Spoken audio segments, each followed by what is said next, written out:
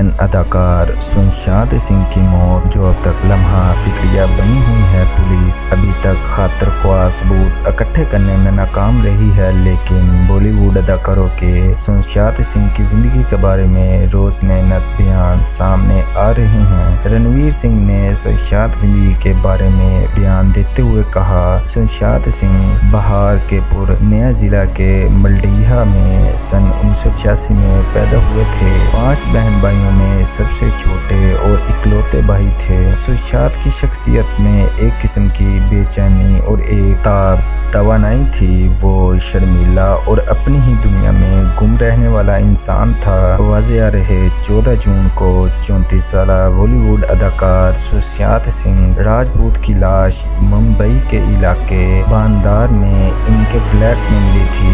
بظاہر انہوں نے خودکشی کی تھی۔ رنویر بتاتے ہیں کہ سشانت کی شخصیت کے مختلف پہلو تھے، جو کچھ ظاہر اور کچھ بند تھے۔ وہ آئی کمنگز کا قول بھی نقل کرتے تھے۔ انہیں پیٹر پرنسل نامی تصور کا علم تھا۔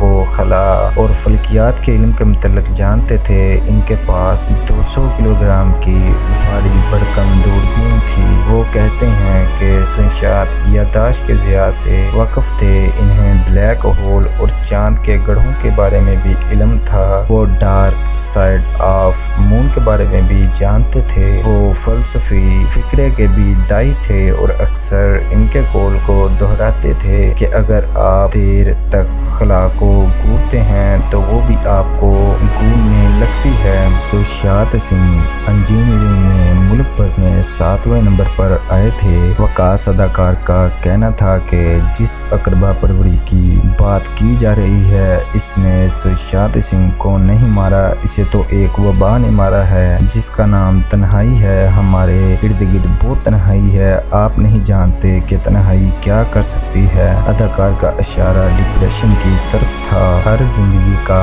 ایک فل سٹاپ ہوتا ہے، لیکن کئی بار سفر لامتناہی ہوتے ہیں۔ اس کا مطلب یہ ہے کہ سفر مزید جاری رہے گا۔ اس شخص کی کہانی جس نے ستاروں اور سیاروں کو دیکھا، وہ ابھی ختم نہیں ہوئی ہے۔ مزید یہ کہ جیسا کہ قرآن مجید میں ہے، ہر انسان نے موت کا ذائقہ چکھنا ہے۔ بس اللہ سے دعا ہے کہ خاتمہ ایمان پر ہو۔ آج کی ویڈیو میں اتنا ہی، ملتے ہیں اسی طرح کی انفارمیٹیو ویڈیو کے ساتھ۔ تب تک کے لیے اللہ حافظ، اپنا خیال رکھیے گا۔